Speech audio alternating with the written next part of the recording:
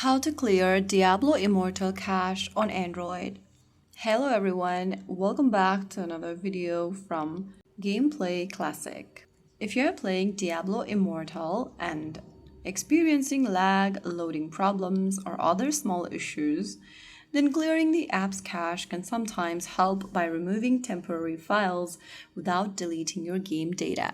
First of all, launch open the settings application on your Android, and then once you do that, from the settings page, scroll down and tap on apps. Inside the apps list, look for Diablo Immortal. Once you're inside the game app info section, tap on clear data at the bottom right and then click on clear cache.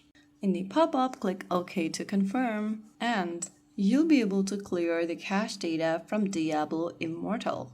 And that's it, you've done it. Now open the application again and see if it runs more smooth. So there you have it. If you found the video helpful, don't forget to like, share, and subscribe to our channel. I will see you again in the next video. Stay tuned and thanks for watching.